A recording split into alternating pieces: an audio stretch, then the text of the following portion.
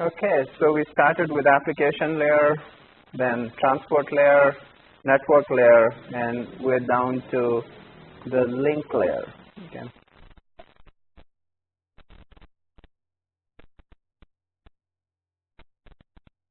So some of the things that you do in the link layer, things like error detection, how do you share channel. There's a whole new set of addressing in link layer different from IP addressing. And then we spend some time about local area networks and related topics. So basically, let's quickly get to what really is the function of the link layer with respect to other layers, especially IP, which is the network layer. So we saw that IP is responsible for directing traffic on the internet. So if there is a packet that comes in here to this router, okay, it came from somewhere, this router gets this packet, it looks at the table and decides that this particular packet needs to go in this direction, okay, and it does not go in this direction. So that's pretty much all the network layer does, directing traffic, whether it goes to the router to the left, router to the right, or router straight ahead. But what next? The network layer has no idea how to get the actual data across. Okay, so it just looks at the addresses, looks at the seam, and decides the direction. The network layer does not even know if this is a wired link or a wireless link or what kind of link it is. So essentially, the job of the link layer is to transfer this datagram from point to point. So in this case, to get this datagram from this router to this router, whether it's a wired link, wireless link, Ethernet, whatever it is. So that's what link layer does. It's a point-to-point protocol. So in terms of terminology, we call the packet at link layer a frame. Okay. So the packet at the network layer was called a datagram, just so that there is different terminology, so we can distinguish between the two. Although I'm sure I misspeak and say the other thing. What's the packet at transport layer? Anybody remember? What are the pieces in transport layer?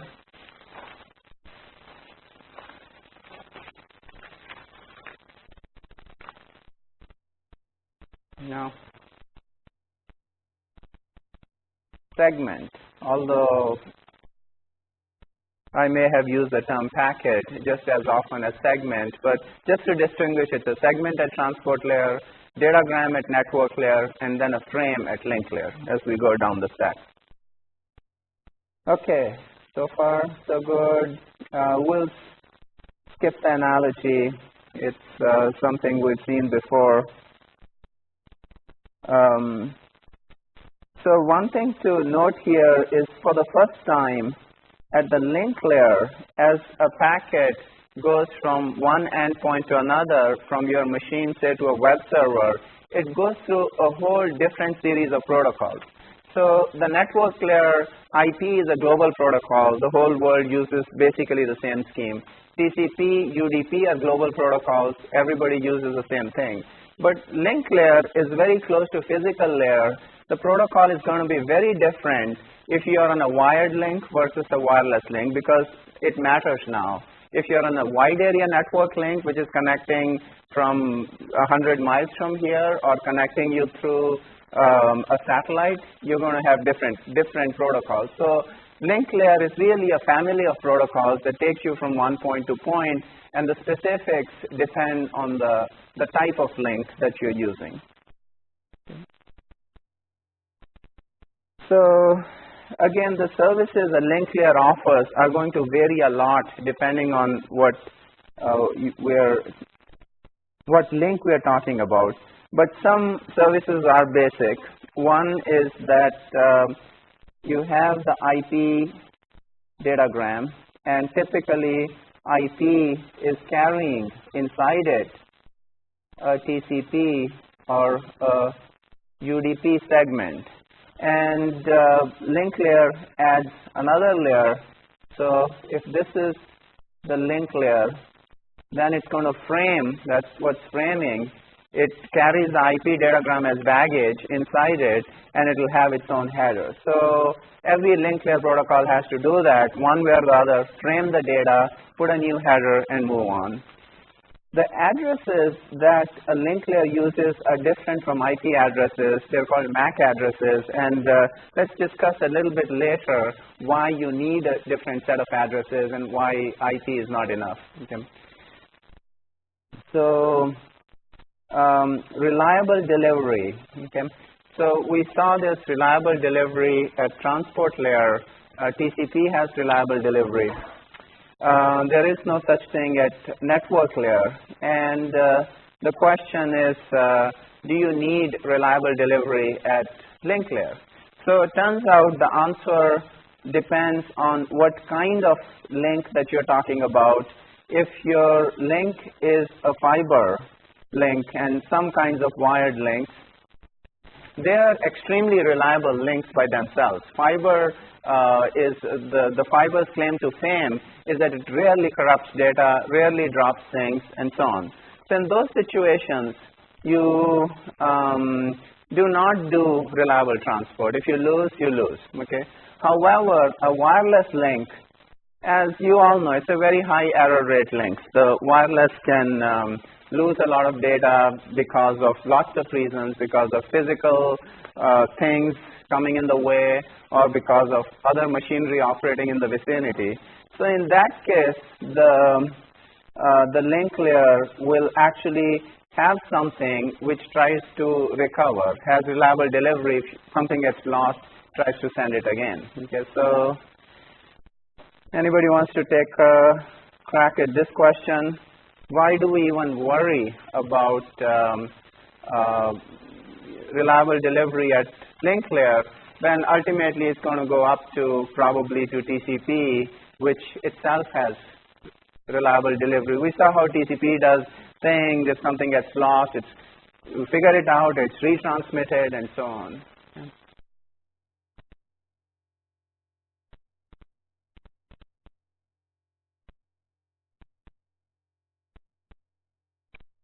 So why do I even need to bother, even if it's a wireless link? Because TCP is going to figure it out. And if it's UDP, well, we expect it to lose things.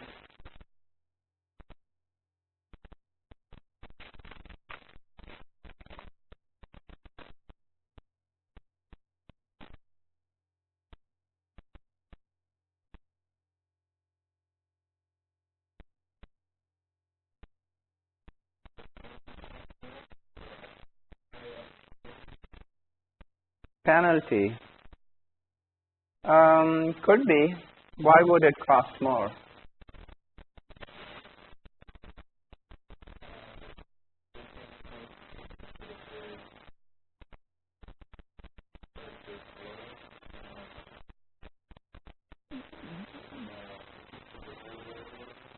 Just more sophisticated, you said? Because so the answer is the protocol is more sophisticated at higher layers. That may be true. And it is true that the penalty is likely to be much higher at TCP versus at individual links. But why would that be? Sophistication is that's a part of a protocol. Now, if you think about it, you have these two endpoints, and you have a bunch of routers, maybe 10, 15, things like that.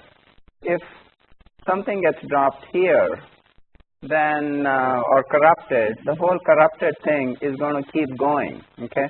And you're trying to send a stream of data, First of all, it will take a long time before you even figure out that something is wrong, right? Because TCP will keep going, and somewhere the sender is keeping track of acts and things like that. A long time later, you'll realize, oh, something is missing, okay? So in the meantime, you've done nothing for recovery. And secondly, once you do recover, then the whole packet has to be sent again the entire way. Okay? Well, if you could recover here that something was wrong, you can quickly send another packet just on this link and not bother the whole network from end to end. So end-to-end recovery is going to be more expensive than just link-by-link recovery. So it's a trade-off. You will eventually recover, but that's a trade-off. If you're using links, losing a lot of packets, you might be better off recovering right here, putting in some extra work, even though it means that the functionality is duplicated. But if you rarely lose packets, then you say, well, you know, it's a rare event, and if it does happen, TCP will take care of it, so I'm not going to worry about it. Okay? Any questions?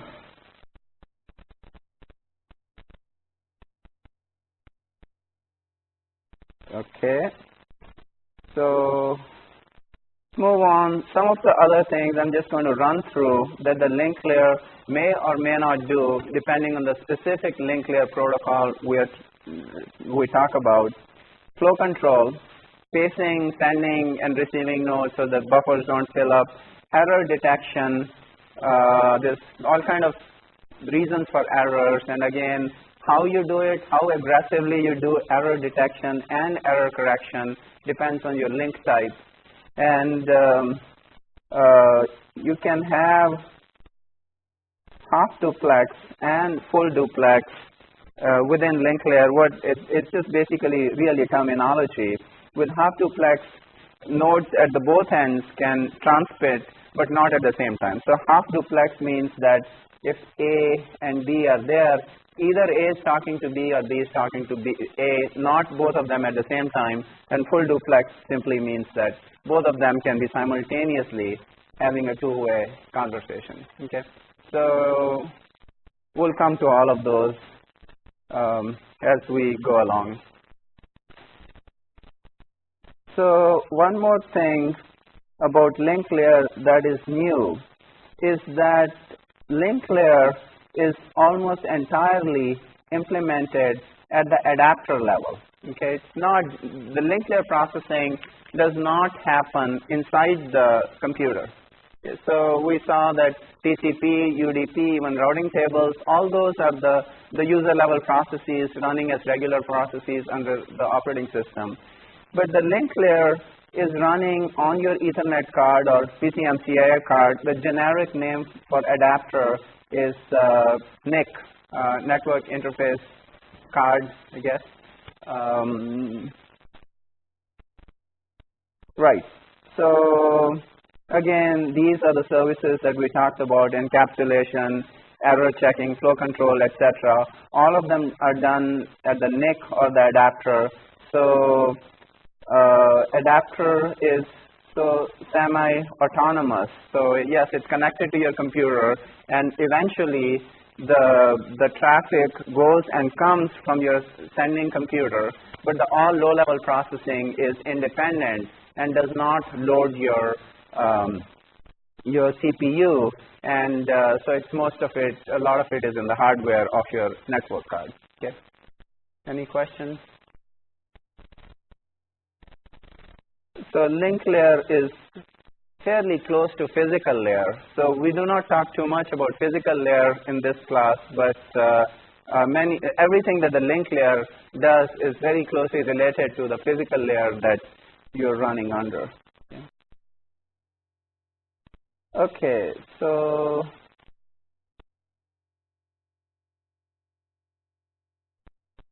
first we talk about error detection that is done at link layer in many of the protocols. So instead of being protocol specific at this point, we're just going to see how we do error detection. So the basic idea is very straightforward for all error detection schemes. You have a datagram that comes in, so that's coming from IP layer, comes to the link layer. This is the original datagram. And from the datagram, you compute error detection and correction bits. So you put a couple of new bits that are computed from this, from the original original data. Everything is sent, the same stuff gets here, you recompute the error detection and correction bits. If you get this is 11011, you recompute and you get 11011, everything is good. If you get anything else, then there is something wrong. All the data is corrupted. Okay, so you have some rules of computing the error correction bits or detection bits from the main data, and those two have to match on both sides. Okay.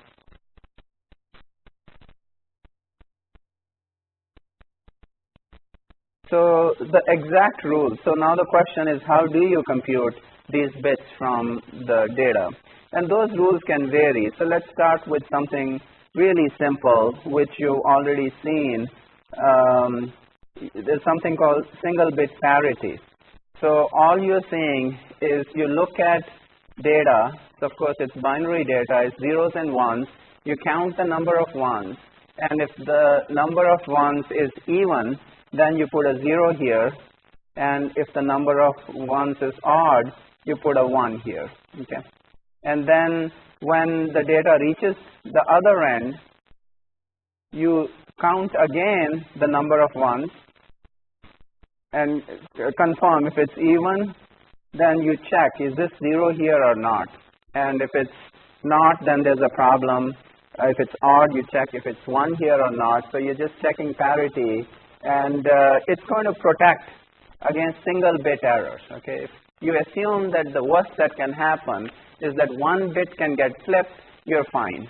However, clearly, if more than one bit gets flipped, if both these ones become zeros by accident, then the parity is not going to help you.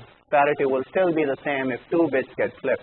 So it's not particularly useful in practice, because it's quite likely that when one bit has a problem, the next one also might have a problem. So this is really for illustration here. Okay, so that's one way.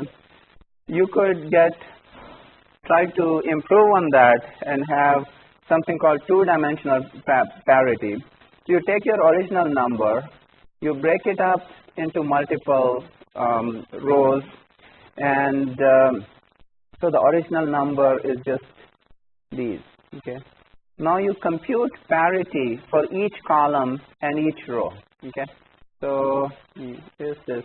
So this is from this row, and this is from this column. So this is 1, this is 1, it's even, so it's 0. This is 1, 1, 1. This 3, 1, so it's odd, it's 1. Okay. And so these are your parity bits. And when you reach the other side, you again check if all the parity bits are still good. Okay. So the key here is that it allows you error correction. Okay. So if you see that this bit is wrong, so it was you're expecting. Let's see. So what happened during this transfer was that this bit got corrupted. Okay, so this bit got corrupted. So you end up getting this this data over here. So you recompute all the parities, and you find that this is okay. You count everything. You count this one. There's 1, 2, 3 ones, but the parity bit says 0. So there's something wrong. Everything is okay here. Everything I think is okay here. You count this way. Everything is okay. Everything is okay. Everything is okay. Over here, you have 0, 0, and 1. There's only 1. It's odd numbers, and it's saying it's 0.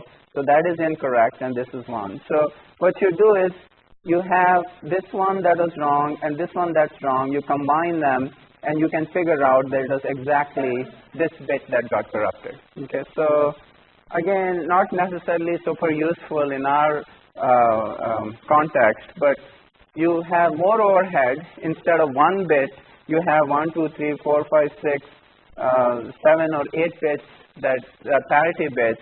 And the additional power you get is that if 1 bit is flipped, if you assume 1 bit is flipped, you know which one. You don't have to ask for the data again. You can just correct it on the spot. Okay, so any questions so far?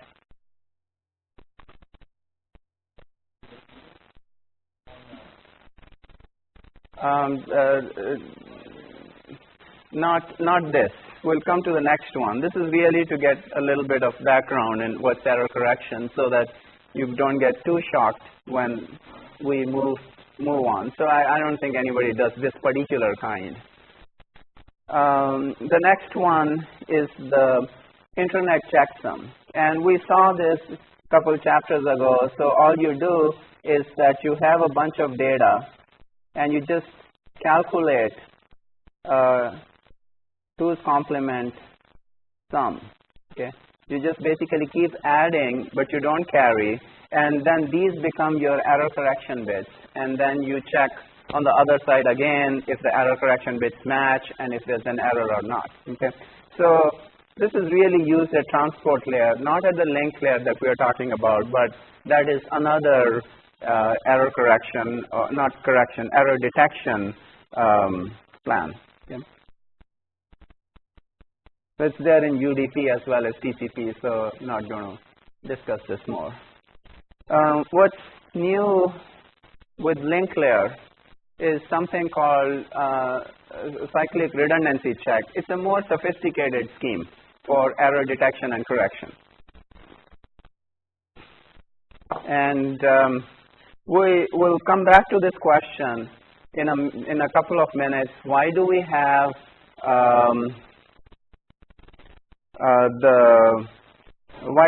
CRC in link layer and internet checksum at transport layer? But let's first understand what the CRC is. So there's a lot of maths involved here, but we will skip most of it. Think of data as D bits as a binary number. Fair enough. So this is your data, and these are the so-called CRC bits. Choose a pattern generator. So there's a magic here. G is another binary number that you pick for a particular scheme. Okay, so let's not worry about where the G comes from. Some mathematician tells you this is a good G, you can use it. Okay, so your goal is that now you have D, which is the data, G, that is a constant. You want to come up with the CRC bits such that dr is exactly divisible by G. Okay, so you want to come up with these so that when you try to divide this by G, which is this here, then there is no remainder. It perfectly divides, except that the division is modulo 2, and we'll illustrate. Modulo 2 division means that when you do a subtraction, there's no carry. Okay. So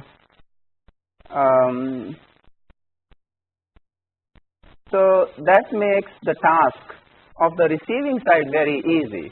All the data is coming in at full speed. All you do is you have this fixed number. You don't even worry about these distinctions. You don't recalculate CRC or anything. One big number comes and you divide it by G, and if it divides, great. If not, it's corrupted. Okay. So the only thing left for us now is how do I find these? You're given G, you're given the data. How do I find the CRC bits that this property is true? Okay. So first of all, let's try to find a mathematical way of expressing this. Okay.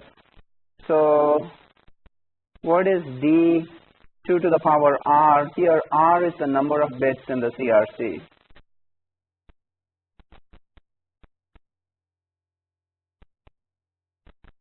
So multiplying something by 2 to the power R is same as doing what to that number? Shifting R bits, right? So multiplying by 2 to the power R is shifting R bits. So what this is that all this followed by zeros, R zeros. Shifting R bits, same as putting R zeros in the end, right? And then so if you XOR it with R, you basically get D bits followed by R, whatever it happens to be. Okay. So all I'm saying is a mathematical way of expressing this number where D bits have been appended with R small r bits of the CRC is essentially d2 to the power r XOR r, because if you basically if you have r you XOR with zeros, you get r. You XOR something with zeros, you get the same thing. So okay, that's one way to put it. D followed by r is essentially d2 to the power r XOR r.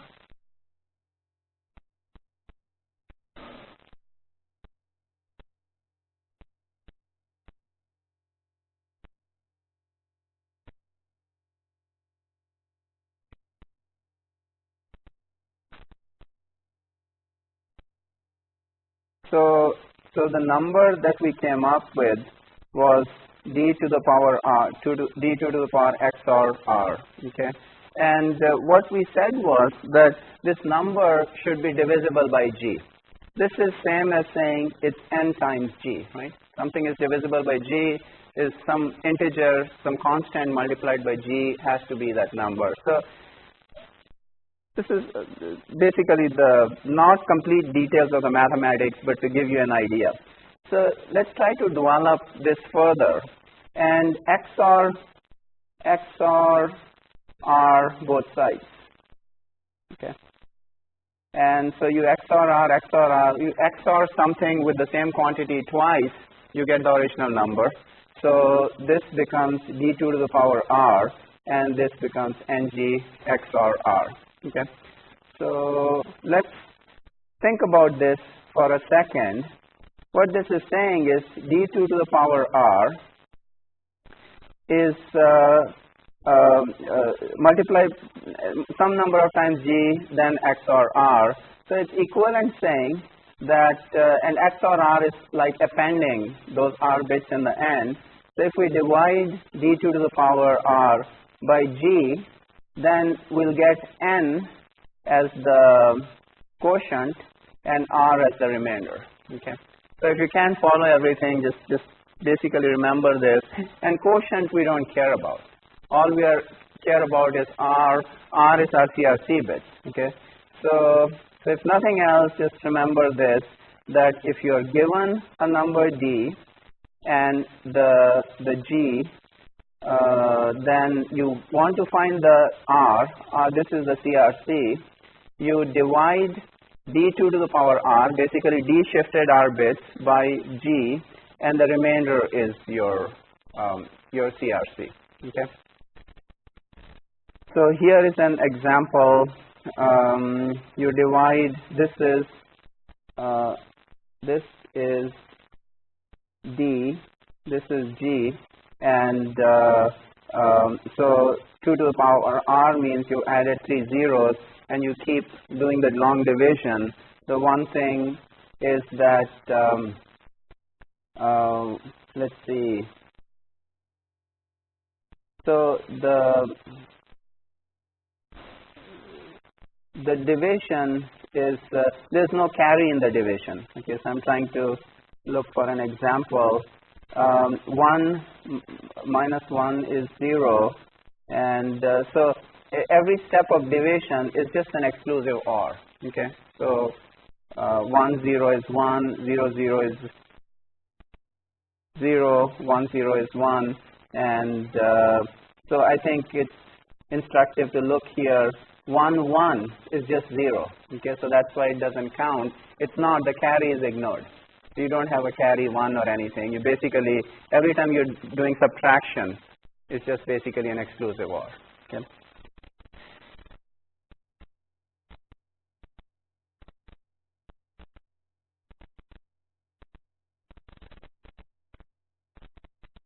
So that division look okay? Find any problems anywhere? So so finally, remember, this is your D. What you're going to send is 1 0 1 1 1 1 1 0 1 1 1 0. That's your D, and then you'll append it by R, your CRC bit 0 1 1.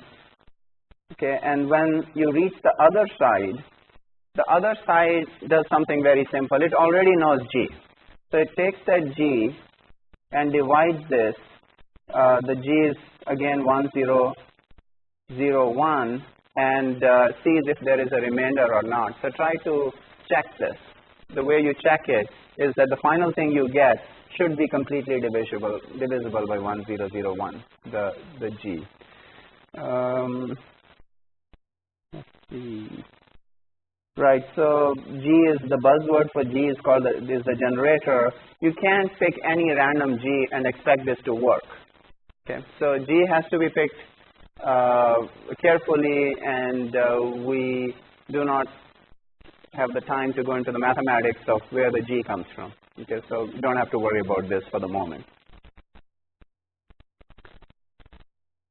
Any questions on CRC?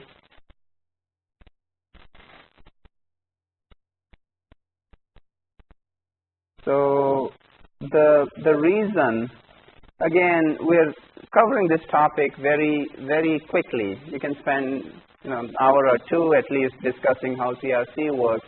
The reason we use CRC over basic internet checksum, it has better error detection properties.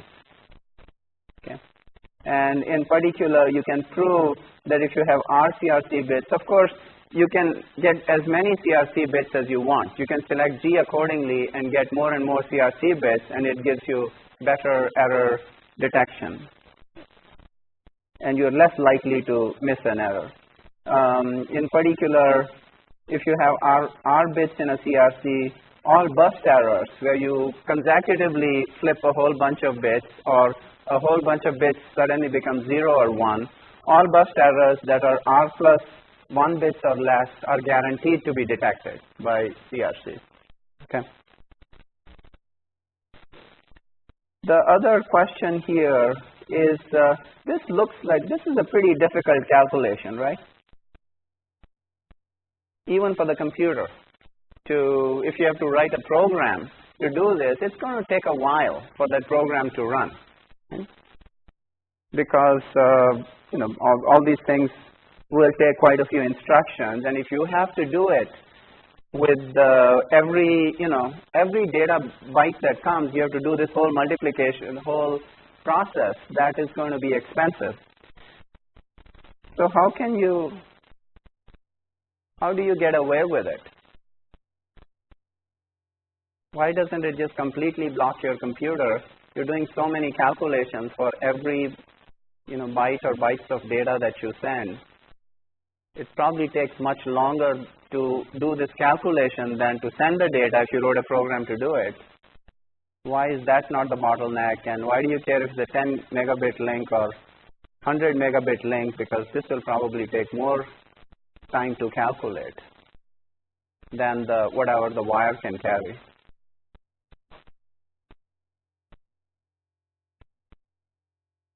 Any comments?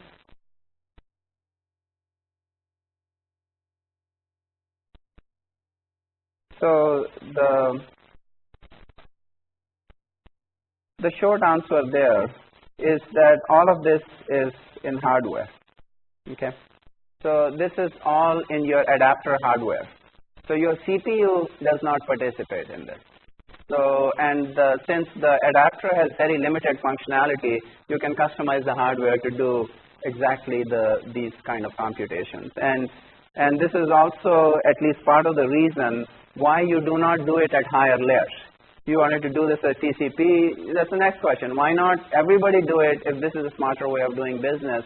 But if TCP or UDP was doing it, then your processor has to do all these calculations, and that's going to be really slow it down, while the basic sum is very simple. Okay. So, yes? Software modems, yeah.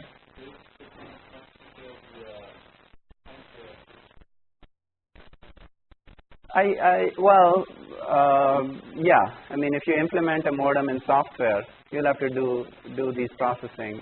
I mean, you have to run the entire link layer protocol. So you would have to do that processing, and you won't run as fast as a hardware modem.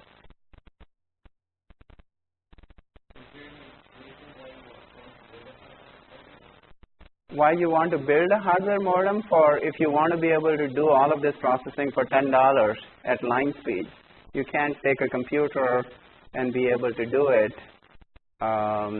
It'll be slower and more expensive if you write a general purpose program. But if all you want to do is test and see things function, don't worry about speed, you can do it in software. Like, that's true of anything. Routing also, you can have, well, I mean, routing is always in software, but you can have dedicated routers whose hardware is designed for routing, or you can take an ordinary Linux machine and convert it to a router. So it's kind of a similar thing here. Yeah. CPU may be coming to play based on how fast the CPU is. You have a software modem, you have fast CPU, the cost will probably not slow down too much. Right.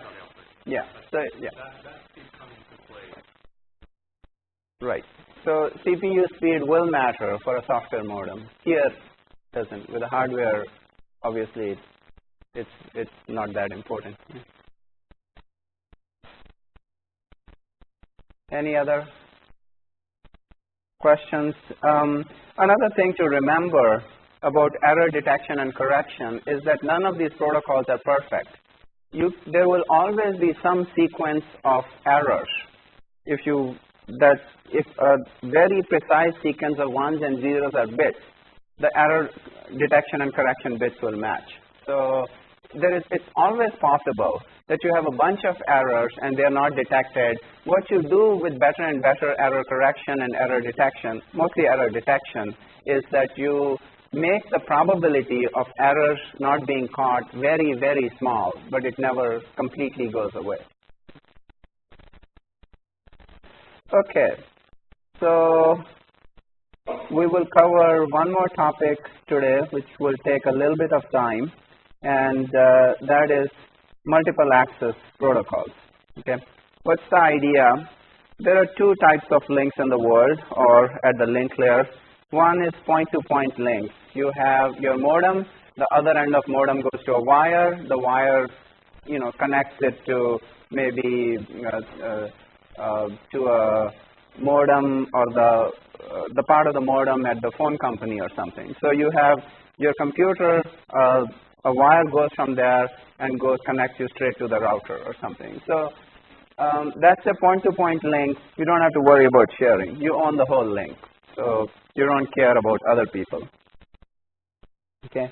However, many important links are shared or broadcast links. Okay. So the old-fashioned Ethernet, you had to have a single wire that you connected to from all your machines. So anything that was sent from one computer also went by all the other computers, which means that if the other computers send something at the same time, they'll both collide and nobody will hear anything. You have wireless networks. If multiple people are broadcasting on the same frequency, same time, data gets corrupted and lost. Similarly, for satellite network, it's a shared medium. So the idea here is that how do you manage these so that everybody is not talking at the same time and everything is getting corrupted and nothing gets through? So it's kind of like you have a cocktail party and everybody wants to talk, but if everybody tries to talk at the same time, nobody hears anything. So what is the protocol people follow so that you can have communication going? So that's the basic idea, and a very important topic in link layer and networking in general is these protocols to manage communication when there's a single medium everybody has to use, and those are the multiple access protocols, also called the MAC protocols. So the basic idea again is single shared broadcast channel that everybody has to share. When two or more nodes transmit simultaneously, there is interference. Okay, so interference leads to collision. If a node receives two or more signals at the same time, there's a collision and nobody hears anything. All the data is corrupted. Okay. So to deal with this, you have these MAC protocols, It's a distributed algorithm that everybody in the community that wants to share has to follow so that data goes through. One of the things we assume is that communication about channel sharing must use the channel itself, no out-of-bound channel for coordination. So if a bunch of people are talking, then you could have a designated person. In theory, say, well, now it's your turn, now it's your turn, now it's your turn, and so on. But that is not realistic in the real world of networking. So you're assuming that people who are talking, if they want to make rules and say, now it's your turn to talk, they're using the same medium, which means that if two people at the same time says, now it's your turn to talk, nobody will hear anything, right? So there's a single shared medium for sending data. As for any protocol traffic, you need to have to control who sends data and when, okay? Any questions about the problem? The basic problem is clear?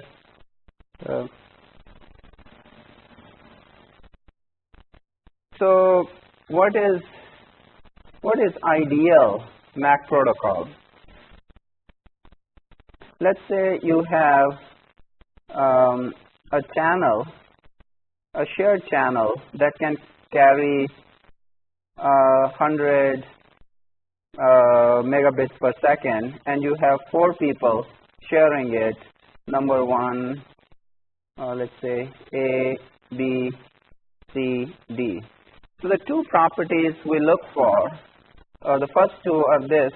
If there is nobody else transmitting, for example, if these guys are asleep and only A and C want to talk, there's 100 megabits in the space.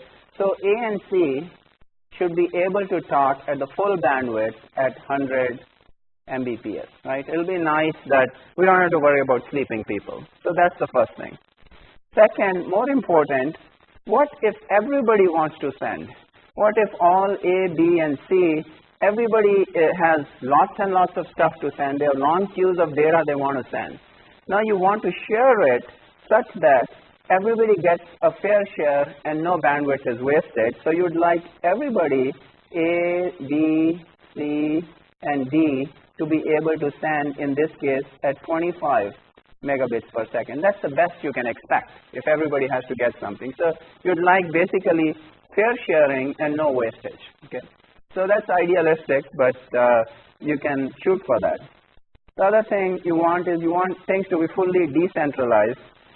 You shouldn't have to send any special communication or count on special clocks and things like that, that everybody, you can't say A sends between 2 o'clock and 2:01, B sends at 2:01 to 2:02, because that assumes that everybody has a synchronized clock.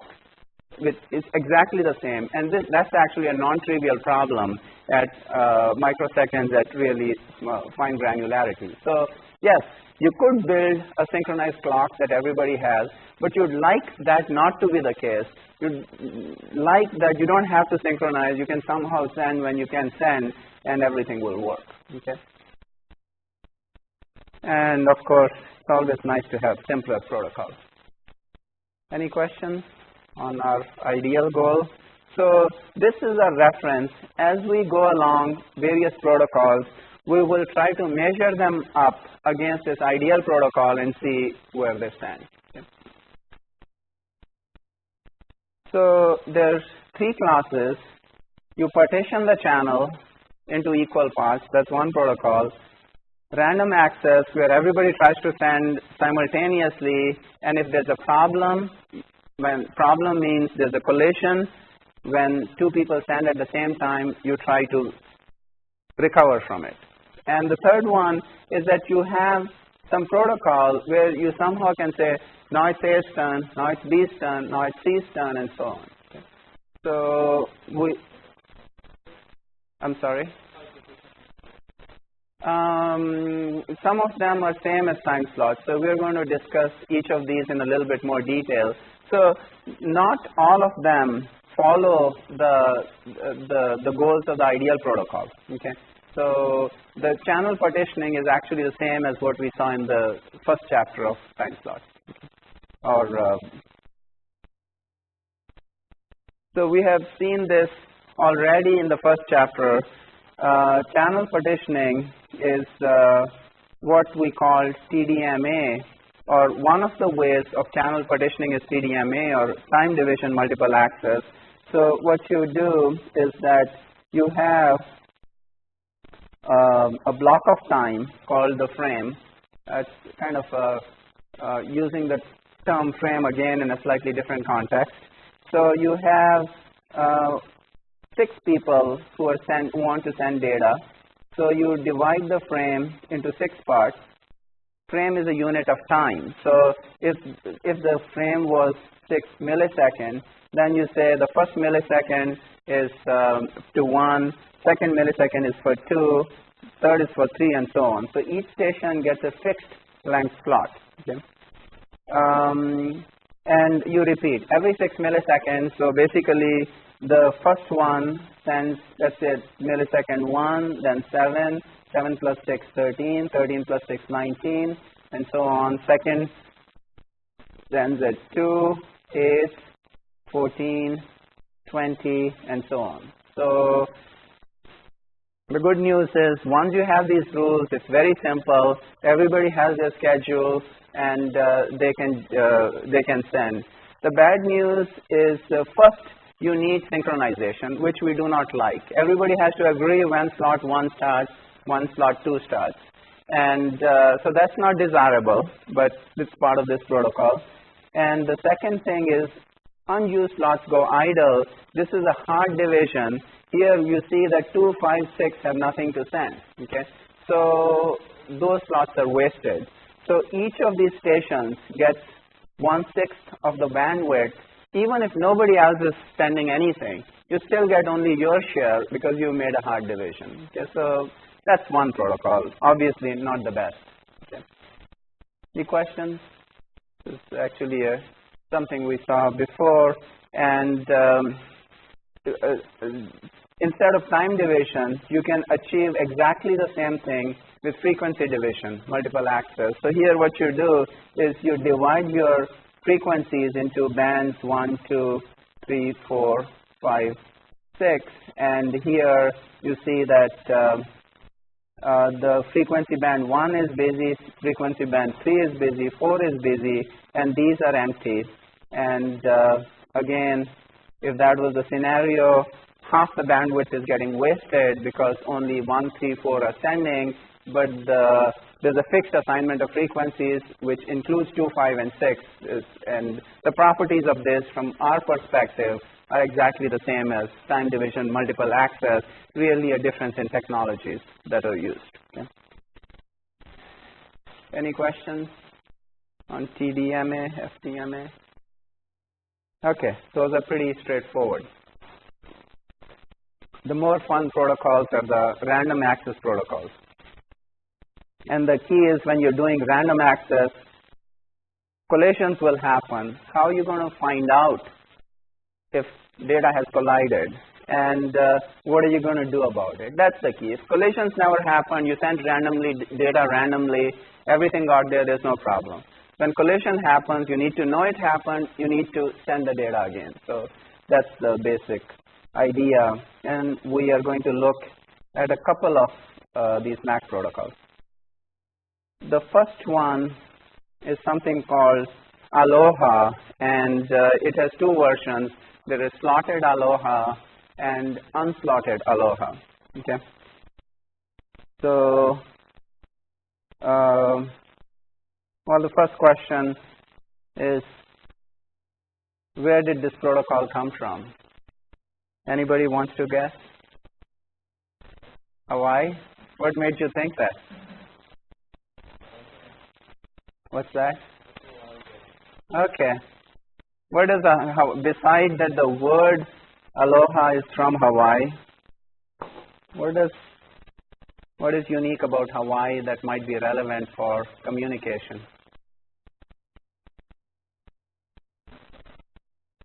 It's an island? Yeah, so it's a whole bunch of islands, right? And suppose you wanted to build a communication system between those islands, and you can't run telephone wires under the sea and so on.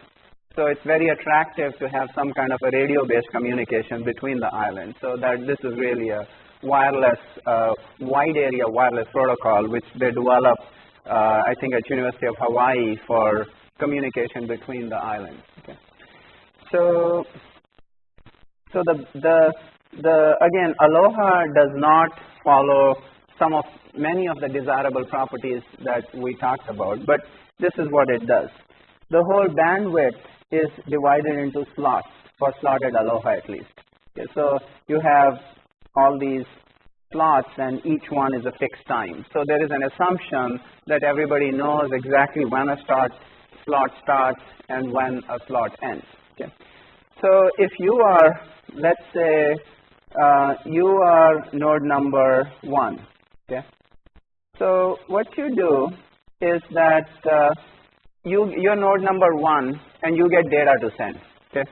You get data to send. You cannot send until the slot starts. So let's say you got the data sometime here. You wait for the next slot to start. That is here, and then you send the data. Okay. And if you send the data, let's shorten this. So if you're node 1 and you have this data that you sent, and after you send it, there's two possibilities. Nobody else sends the data in the same slot, so there's a fixed slot of time. And the second one is that somebody else does send data. So in which case there's a collation. Okay, so let's take the good case. So nobody else sends data.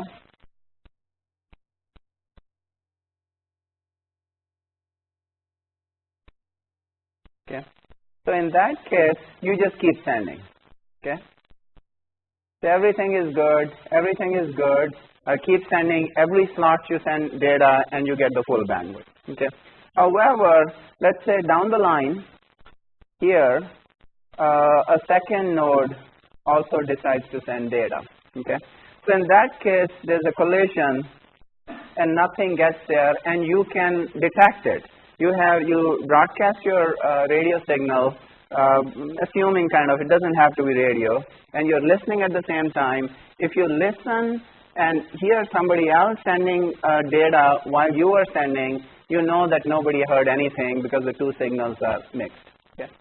So in that case, you go back to, so this is plan A, where if things are going, I just keep going. If the moment there's a collation, you go to plan B and say, I've been told that there are 3 nodes in the system.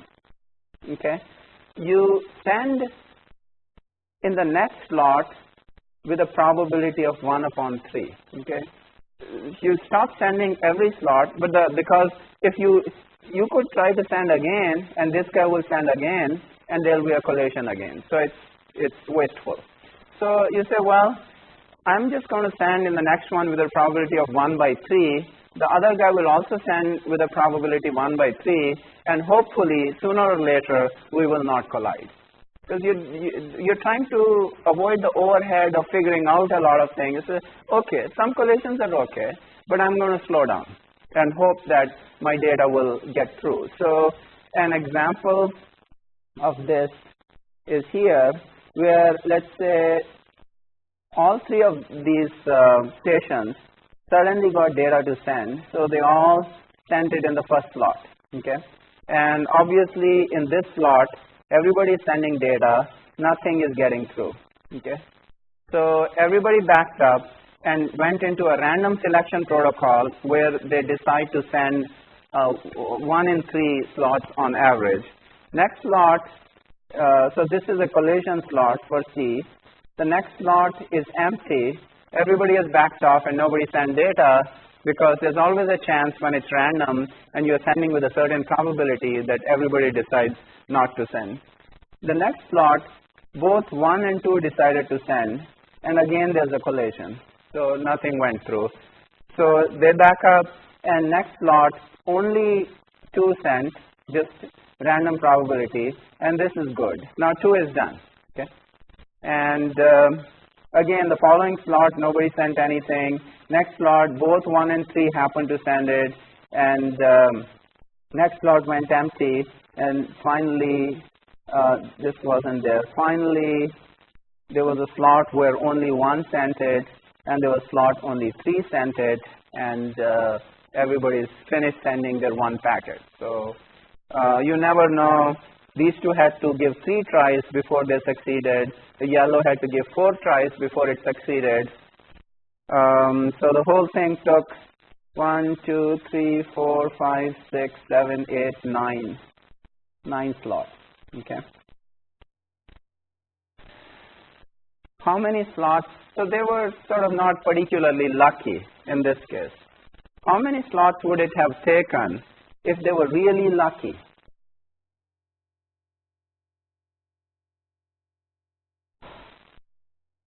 Let's assume that the first slot is gone. They sent everything, and that's when they realized it's not just me, it's the whole world trying to send packets.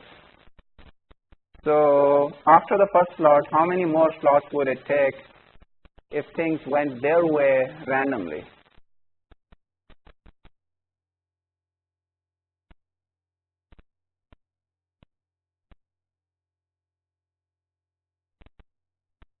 It's not a trick question.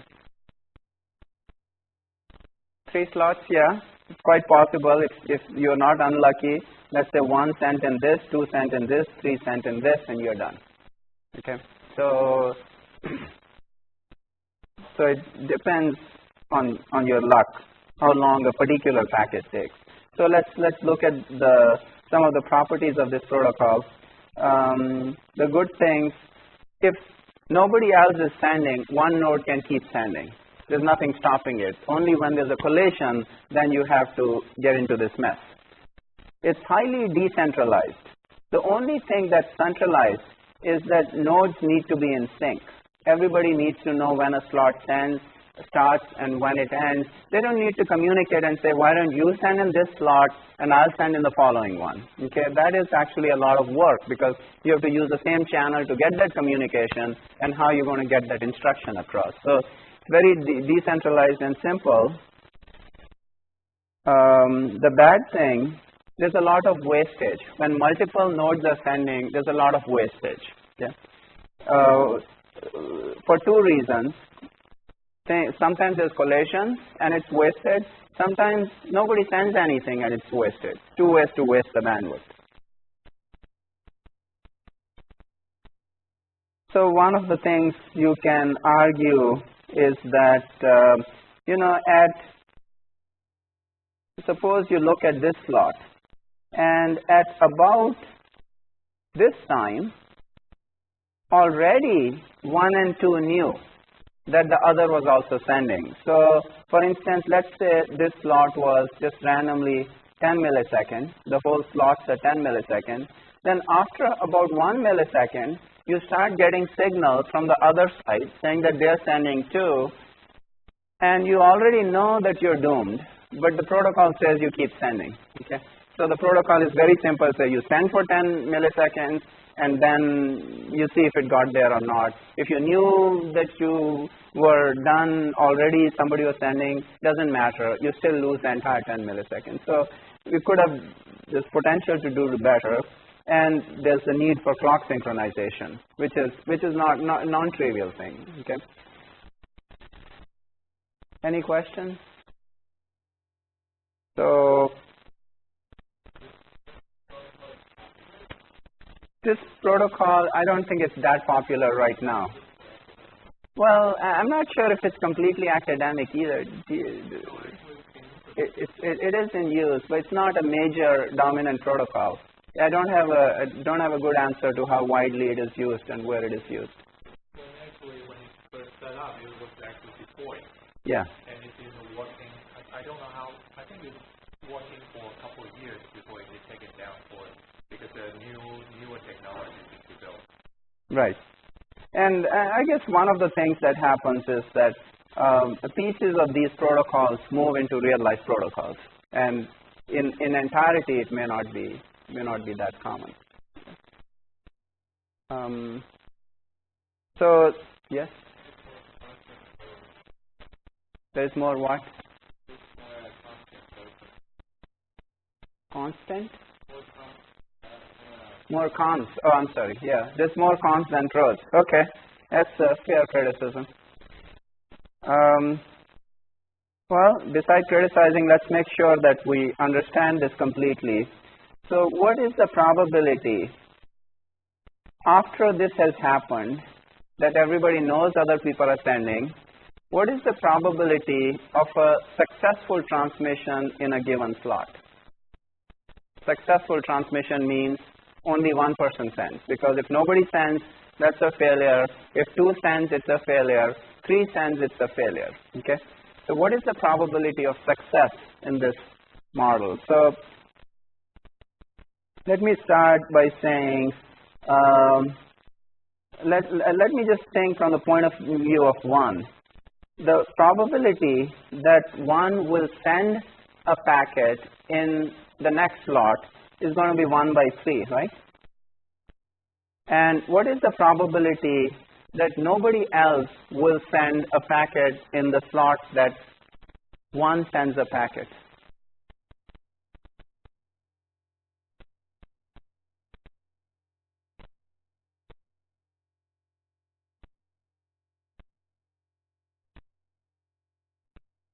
What is the probability that 2 will not send a packet in that slot?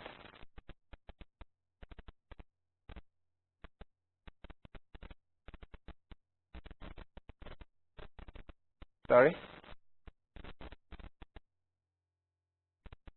I can't hear you.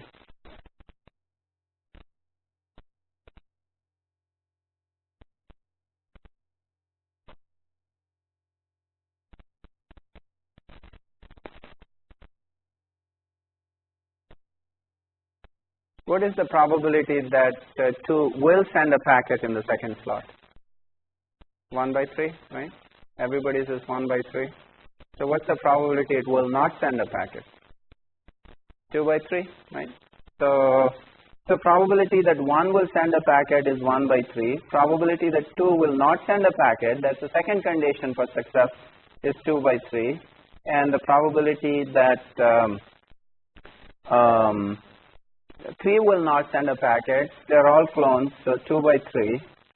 So this equals 4 by 9, right? No, 4 by 27. So the probability that 1 will send something successfully is 4 by 27. What is the probability that 1 or 2 or 3 will succeed in a given slot?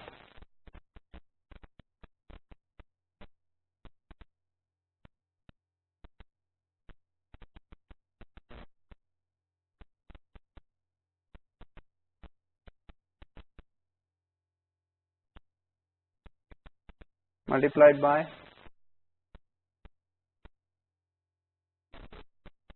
Sorry? 1/3? Is that 1/3? Should I multiply by 1/3?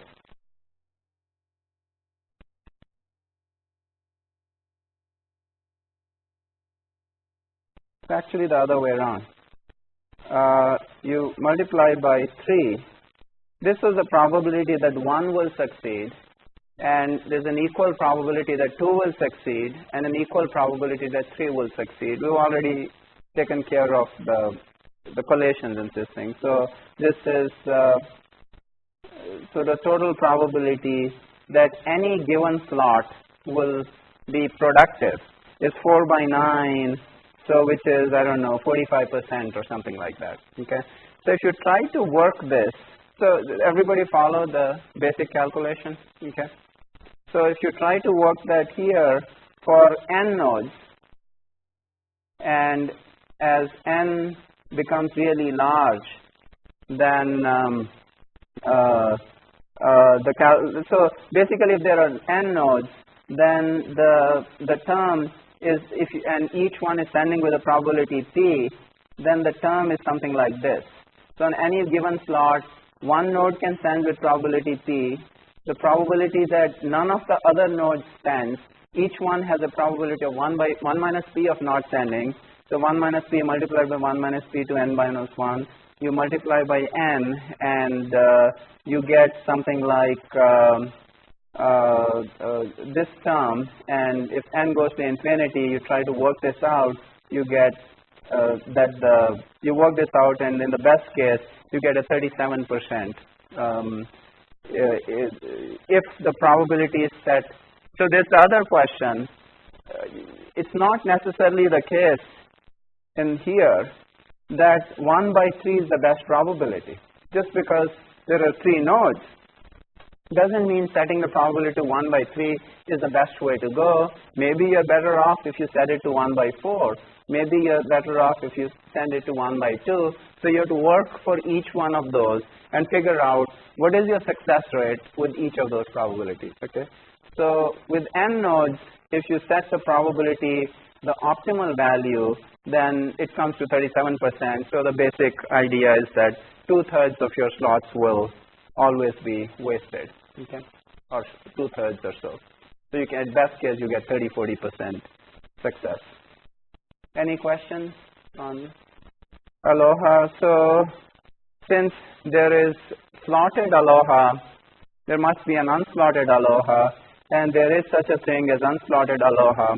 The difference is that you still have fixed size frames, okay, but you don't wait for any particular interval. So everybody has their own clock. So you still have the probability and everything, but things are not synchronized. As soon as you get data, you start sending. You got data here, you start sending. You got data here, you start sending. So you don't have this rigid rule that you can always send only at 1 millisecond, 2 milliseconds, and 3 milliseconds. Okay. So the good thing about this is that you don't need global synchronization anymore. The bad thing is that initially, if yellow was sending here, the only way you could have a collision was if somebody picked exactly the same slot when it was slotted. Now it's unslotted. Anybody starting anywhere here or anywhere here is going to collide. Okay. So your probability of a collision actually doubles.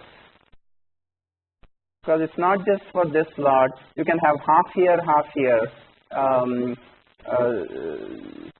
So I don't know if it's that clear or not. Initially, the slot had to be this one or this one or this one for sending. And you are good with this, you're good with this, and this was bad. Okay. Now it's unslotted. Anybody who starts from anywhere from here to here is going to cause a collision. If you start here, start here, start here, because there's no this discretization. Okay, so you're more likely to have a collision. That makes sense because you're not doing at least partial synchronization. So basically, disadvantage, less efficiency, more collisions. Advantage, you don't need synchronization. So if you try to work that out, that comes to even worse.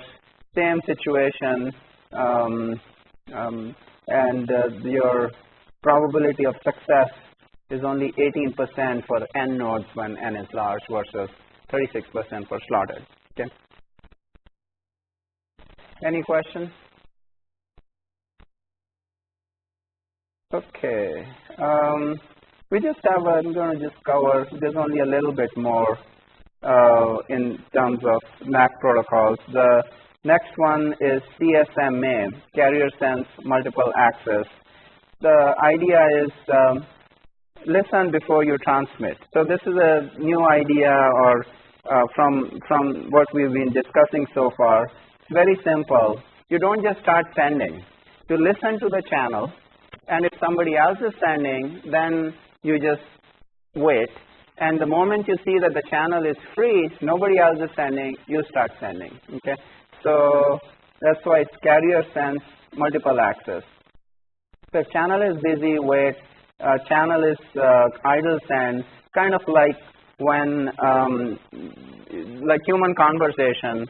If somebody is going on and on and on, you generally let them talk and finish their sentence or finish their paragraph. You do not just start talking whenever you feel like. Some people may do that, but generally polite people will wait for somebody to finish and then you start talking. So that's the basic CSMA. So now the question is, can collation still happen?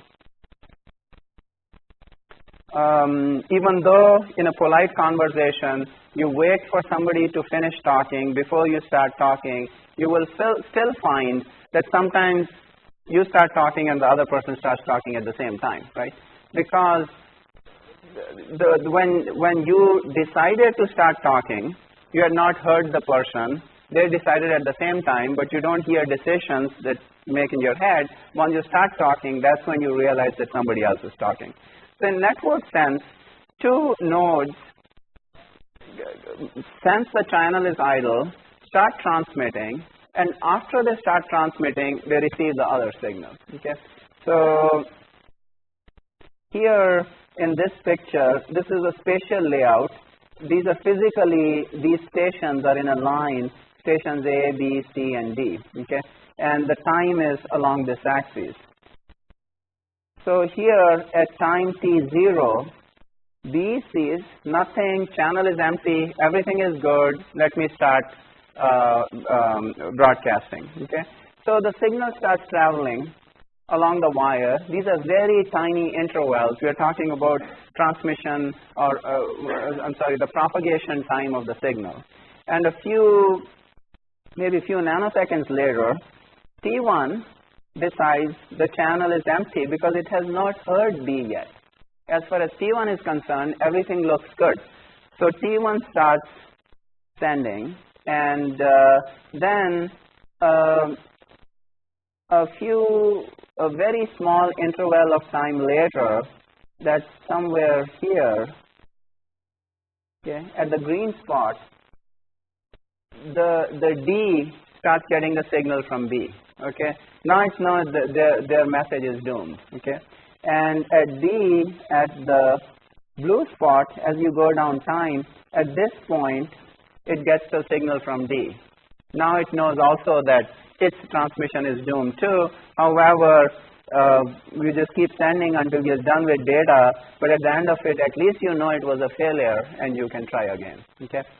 So we are not talking what do you do when you have a collation, but that's how collation happens, and you detect it when you get a signal from the other side.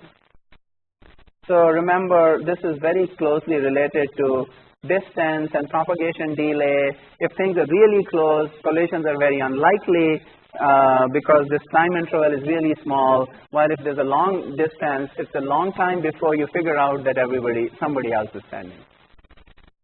So the next question is, we want to improve this, and there's an obvious way to improve, which is, at these spots, the blue and green spots, when D already knew that this message is corrupted, there's no real reason to continue with the transmission. Likewise, at blue point, the B already knows its message is going to get corrupted. There's no point continuing. So this was sheer waste that could have been avoided.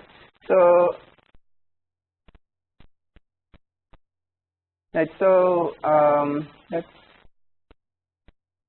you can fix that. So the way you fix it is that the moment you have the signal, you start sending, here you figure out that your signal is corrupted, and then it takes you a little bit to, if your antenna or signal this thing, to kind of realize that and take action. But you take action, and at this point you stop sending. Okay.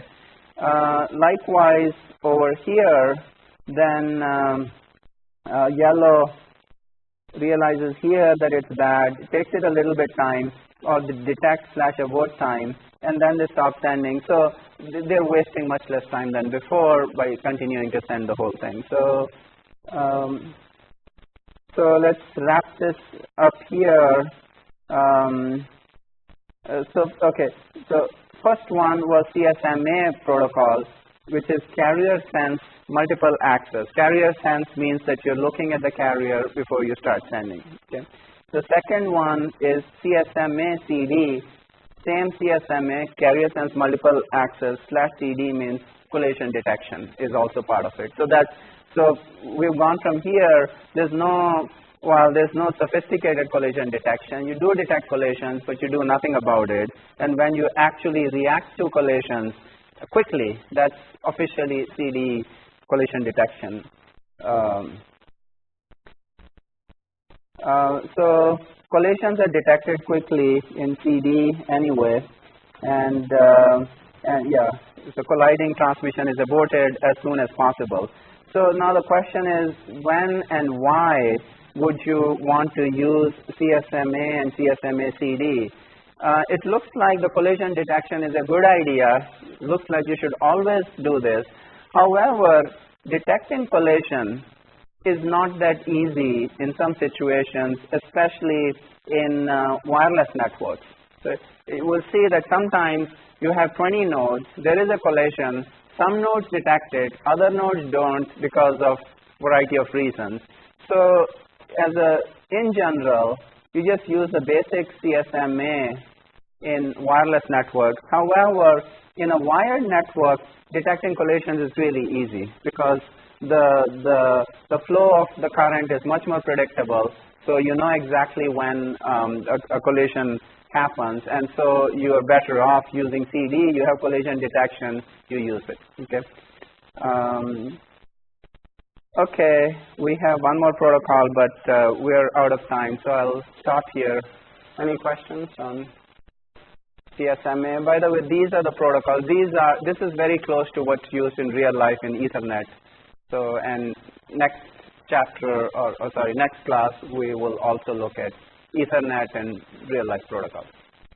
Okay, thank you.